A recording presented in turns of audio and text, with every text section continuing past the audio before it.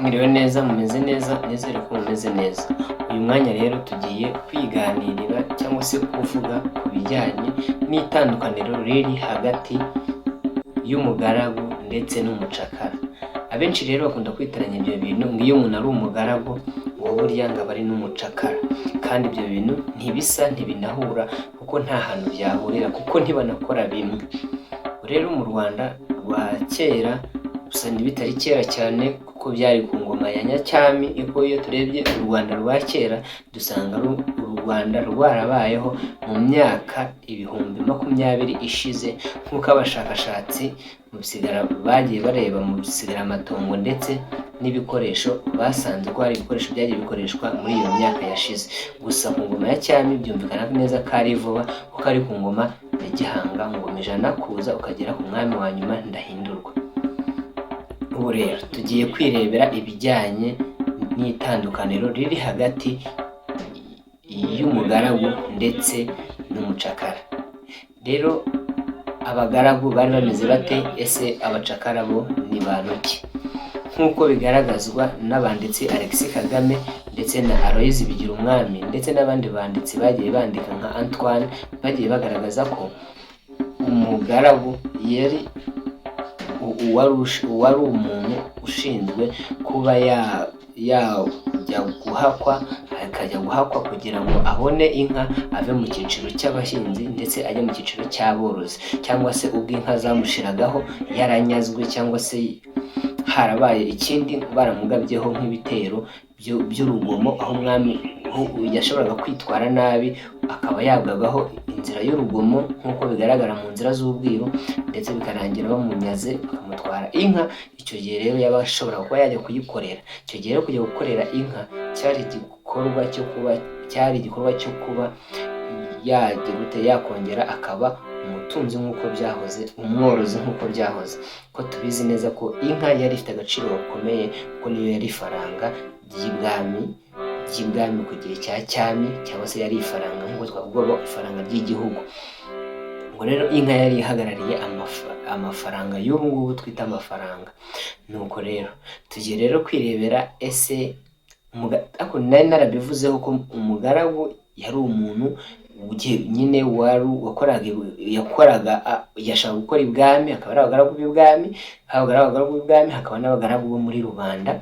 Abo bose nyine akaba ahantu babatandukanyiriza kuko umutekano nubwo utari umwe usesuye, ariko bose bahuriraga ku kintu kimwe cy'uko bagiye gushaka ubutunzi n'amaronko byerekeye ku nka.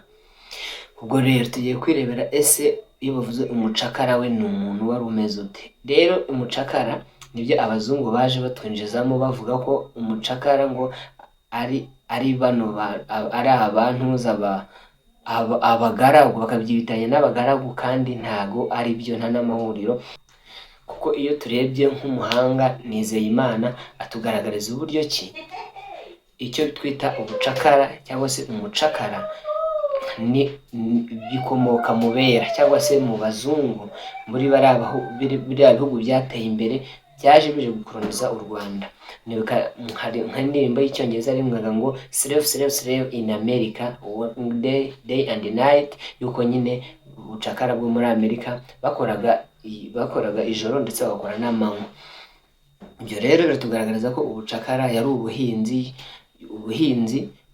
iyo ndavuga mu bihugu by'icyo ngicyo, aho umuntu ashobora kuba wajya kumuhingira, uhamara kumuhingira cyangwa ukamukorera ikindi kintu, ariko ndetse nta hantu mwahurira icyo kintu muhuriraho, ubwo nta bundi bushuti mugirana. Uwo nguwo niwe ushobora kwitwa umucakara.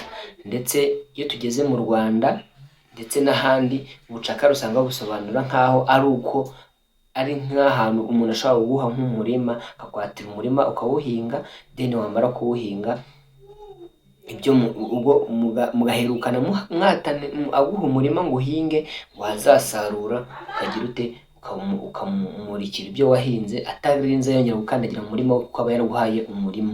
Ndetse mwamara no kugabana ntimuzongere kugirana ubushuti. Ariko mu Rwanda twe ntabwo ari cyo kintu cyaranze u Rwanda, nta bucakara bwigeze bubaho, kuko iyo yaguhaga aho guhinga byabaga ari ingurane, kuko habaga icyo bita barter trade mu ndimi z'amahanga, aho umuntu yabaga yaguha umurima ubwo guhinga, ariko nawe ukaba wamugabira nk'inka kuko habaga icyo bita guhana, kuko nibwo bwari ubucuruzi bw'icyo gihe. Byumvikana neza rero u Rwanda nta bucakara bwigeze bubamo, usibye ko ubu babukorewe kuko bazaga bagafata abazungu, abakoroni bazaga bagafata abanyarwanda bo muri icyo gihugu, bo mu gihugu cyacu, bakabajyana muri ibyo bihugu bya kure kugira ngo bagire ute babakoronize, babahingisha ayo masukari yabo, bakoresha n'indi mirimo ivunanye. Ubwo rero ubwo baje bakabyitiranya bakavuga ko mu Rwanda harimo ubucakara, ntabwo ari byo, ahubwo umugaragu ari umuntu wari wubashywe, ufite sekirite cyangwa se ufite umutekano, nanyishyize mu ndimi z'amahanga, yari umuntu wari wubashywe, kuko iyo sebuja abaga afite umugaragu yarishimaga ndetse yaranamugabiraga. Mu gihe rero twe twarebye mu bucakara bwo ni umuntu ukorera ikintu yewe nta n'inyungu nyinshi zirimo, mutavugana mutagira ibiki. Mu gihe iyo turebye mu mibereho y'abantu y'abagaragu, dusanga ko hari n'igihe bagabiranaga ndetse bakanashyingirana abageni, ukaba uri umuntu, ukaba uri sebuja, warangiza ukaba wamushyingira umukobwa wawe wibyariye, akamubera umugore, akamurongora, ugasanga babanye mu mahoro ndetse ukanamugabira n'izindi. Ubwo rero byumvikana neza ko itandukaniro riri hagati y'umucakara n'umugaragu ntabwo ari kimwe. Bibeshyaga ko bishobora kuba ari kimwe, nta mahuriro yabyo. Rero reka mpagarikire hano iri somo, ahubwo tuze twirebera ibindi. Ese ni iki gikurikiye? Ese ufite amatsiko? Nakwibutsa gukora subscribe, like and share, tutibagiwe na comment, kugira ngo ndebe ko ibiganiro cyangwa se amasomo anyurwa kuri uyu muyoboro wacu wa YouTube channel Menya Vuba Ikinyarwanda TV muba mwabikurikiye neza. Ciao ciao, ndabakunda cyane.